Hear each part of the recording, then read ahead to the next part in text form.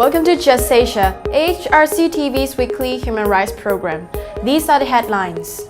Sri Lanka sees ongoing investigations into police murder of businessmen. Filipino senator confined for 2 years. Thousands rally in Burma for constitutional reform. Amnesty launches report on Papua, calls for accountability. India's northeast state sees protests again.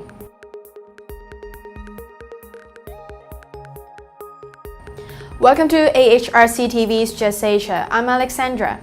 This week, Just Asia begins with Sri Lanka, where investigations are ongoing into the abduction and murder of 2 businessmen from Rathgama.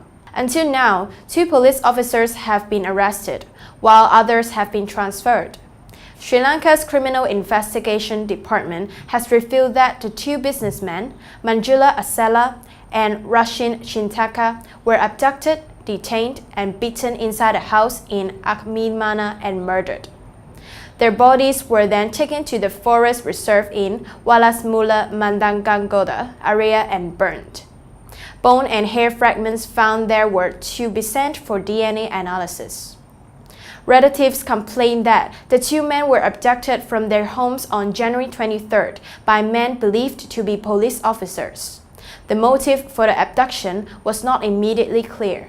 Chief Inspector Nishantha De Silva and Sub-Inspector of the Southern Province Special Investigations Unit Viraj Madhushankar are currently in remand custody over the case. Investigations have revealed that a group of police officers had carried out the abduction, which brought back fears of the dreaded white van kidnappings associated with former Defense Secretary Gotabaya Rajapaksa.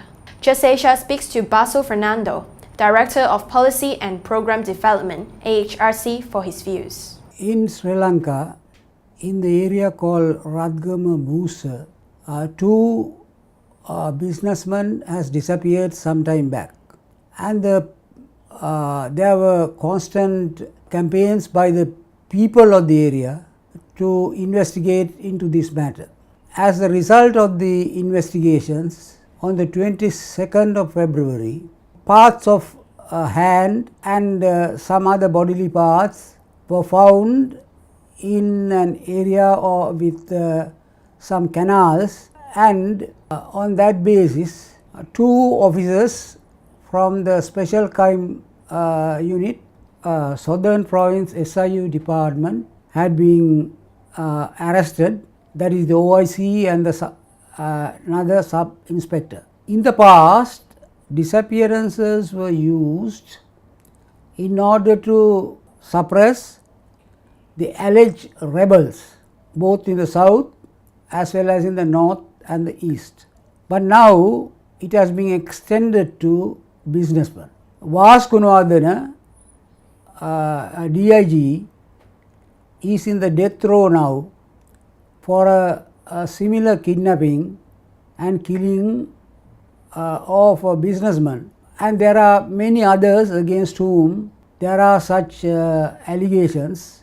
Now the question is it surprising when, in order to please politicians, police officers or other security officers do crimes, is it any surprise that someday or the other they will do these things for their own benefit? Instead of politicians, now they do these killings for the benefit of themselves. And this is not just a few cases, but throughout the country, particularly the little more distant areas from capital, businessmen live in fear because police can come and arrest them for under whatever pretext anytime, and thereafter what happens to them no one knows.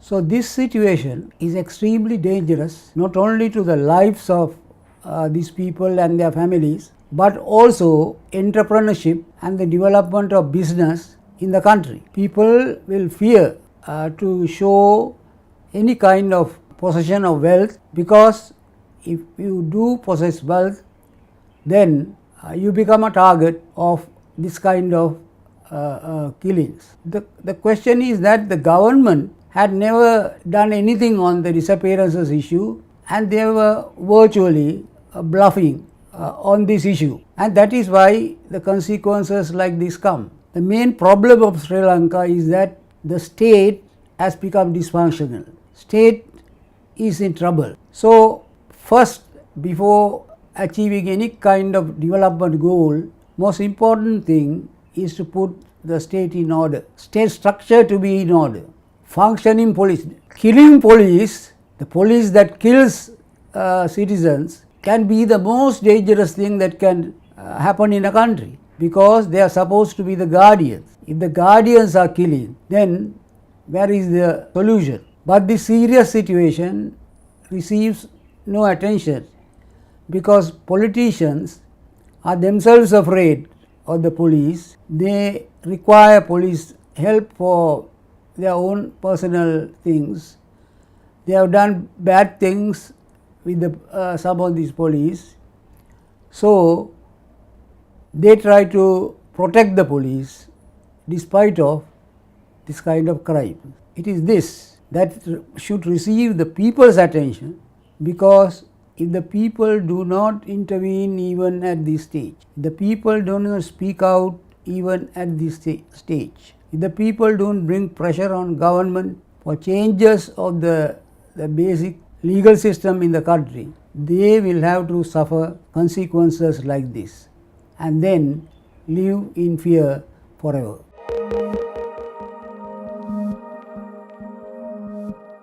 Next, in the Philippines, Senator Leila de Lima marked her second year in detention last Sunday. She was arrested in 2017 on what she described as trumped-up drug-related charges. International groups and individuals have renewed their call on the Philippines government to drop all charges against de Lima and immediately release her. In a joint statement last Friday, Human Rights Watch, Amnesty International, and Forum Asia said the drug charges against the senator are politically motivated and that her detention violates her constitutional right as a sitting senator. Senator de Lima is a brave champion of human rights, detained solely for her criticism of the Duterte administration, said Nicola Bequelin, Amnesty International Region Director.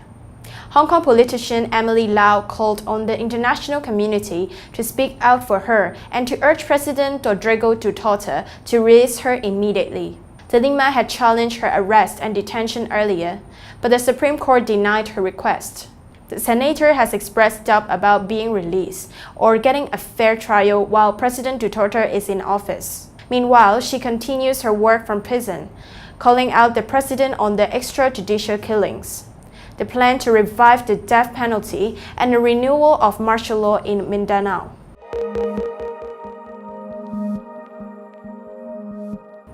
Burma saw thousands of people rallying in support of constitutional reform on Wednesday.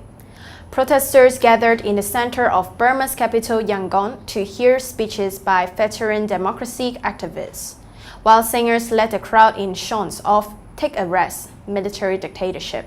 Aung San Suu Kyi's National League for Democracy Party launched a surprise bid in January to change the constitution that enshrines the army's role in politics. The party, with a majority in parliament, pushed through a proposal to form a committee to suggest amendments. This sparked a protest in the legislature from military appointees, who are constitutionally guaranteed a quarter of the seats. The proposal was Suu Kyi's biggest challenge to the army's power in nearly 3 years. The military draft constitution of 2008 allows the military control over the defense and home affairs ministries, as well as a quarter of parliamentary seats.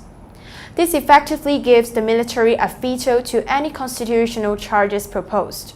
The constitution also prevents anyone married to a foreigner from becoming president. The NLD has not said what provisions of the constitution it might seek to reform.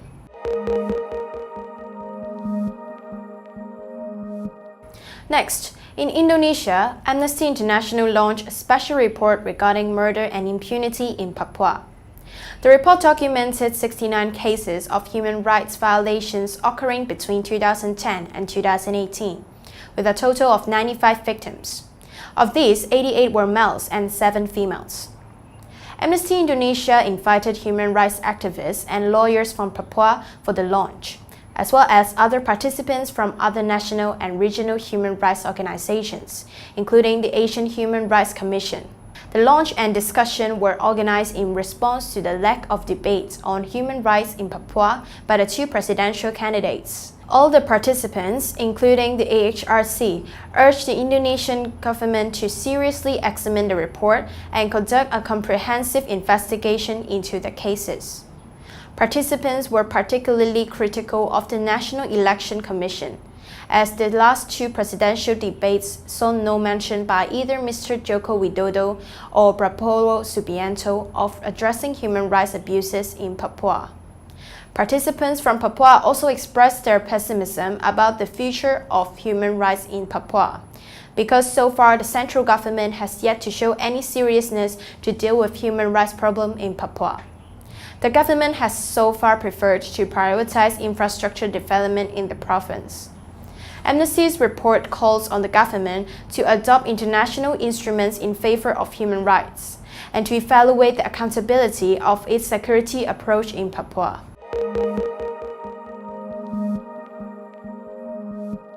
Next, India's northeastern state of Arunachal Pradesh is seeing protests for the second time this year. This second round of protests led to an outbreak of violence, which has by now claimed 2 lives in police firing and left several houses and vehicles burned, including that of the Deputy Chief Minister. This was sparked by the state government's decision to grant permanent residence certificates to 6 non-native communities living in Arunachal for decades. Without taking the indigenous communities into confidence, ethnic Arunachalis believe that the PRC status to these communities will adversely affect the rights and interests of the indigenous people. While this has been a long-standing issue, the government's present decision was seen as an electoral ploy to help the ruling party in the upcoming elections. The violent protests caused the government to backtrack, however, infuriating the non-native communities. Earlier protests in the state occurred with the government's ill-thought-out Citizenship Amendment Bill 2016, promising Indian citizenship to some minority communities fleeing religious persecution in Pakistan, Bangladesh, and Afghanistan. With the fears that it would change the region's demography and adversely affect indigenous ethnic communities, the bill was opposed so fiercely that the Union government was forced to leave the bill to lapse in January 2019. A statement by the Asian Human Rights Commission noted that the Indian government and politicians must realize policymaking is not about only winning elections, and that good governance requires serious and sensitive engagement with all the stakeholders.